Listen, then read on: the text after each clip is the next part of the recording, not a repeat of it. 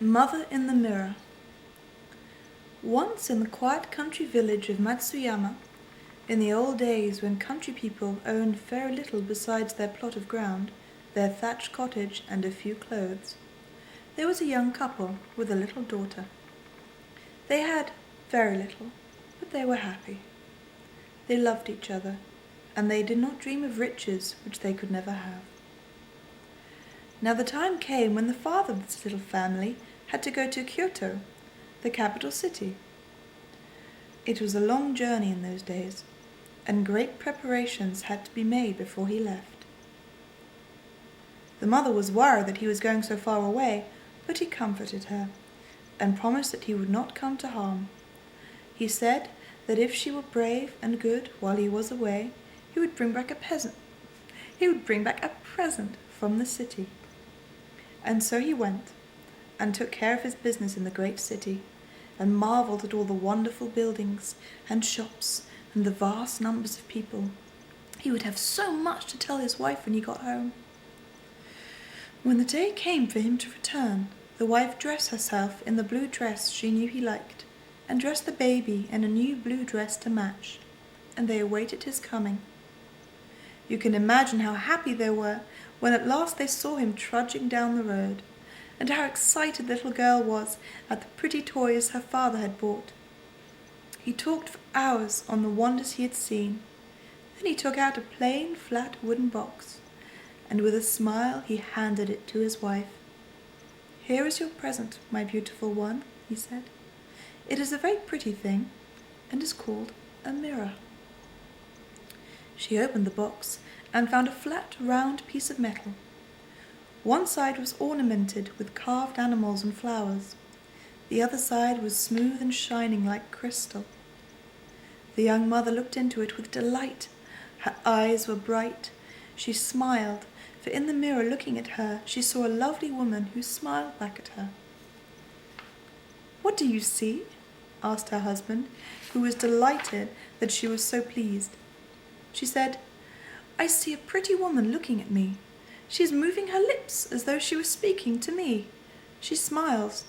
Oh, she has on a blue dress, just like mine."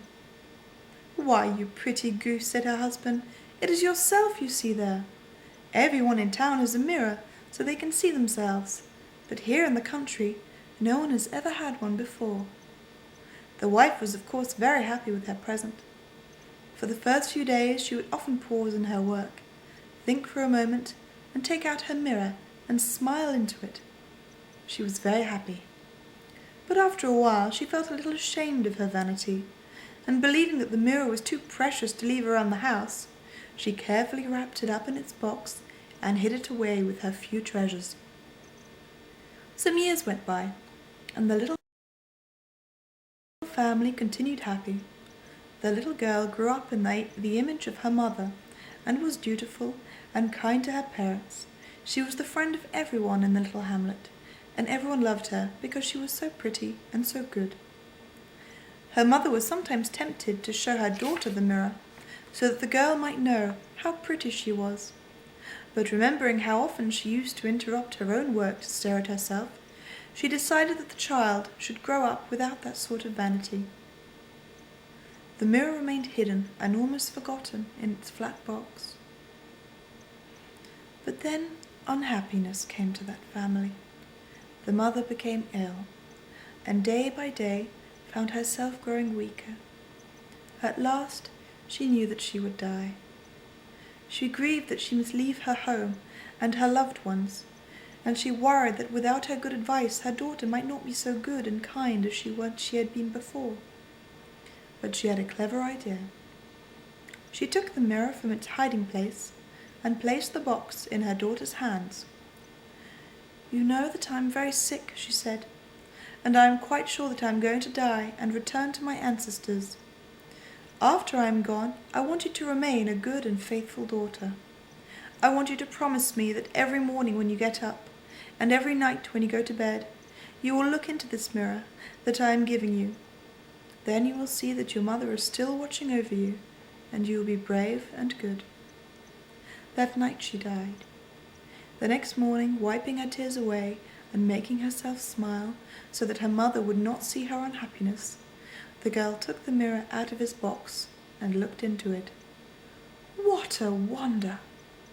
There was her smiling mother, not tired and thin after her long fever, but young and lovely as the girl remembered her from long ago. The girl could not stare long enough. When she put the precious mirror away, she felt brave and strong despite her sorrow. And every morning and every night she told the vision of her mother what she had done. Her greatest joy was to be able to smile with pride at having done well, and to see her mother smile back. Her greatest sorrow was to tell her mother, sadly, that she had done wrong, and to see her mother look sadly at her in return. Her father saw her looking into the mirror every morning and every night. He asked why she did this, for she did not seem to be merely admiring herself.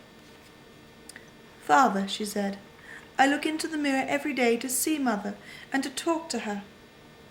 Then she told him what her mother had said on the deathbed, and how she had always carried out her mother's last wish. Tears came to the good father's eyes that his daughter should be so loving and so faithful. He did not tell her what the mirror really was. Years later, when she had learned the truth, she smiled and said, never so sweetly, "Mother was with me all the time. But if I hadn't seen the face in the mirror every day, I might have been forgetful of her love."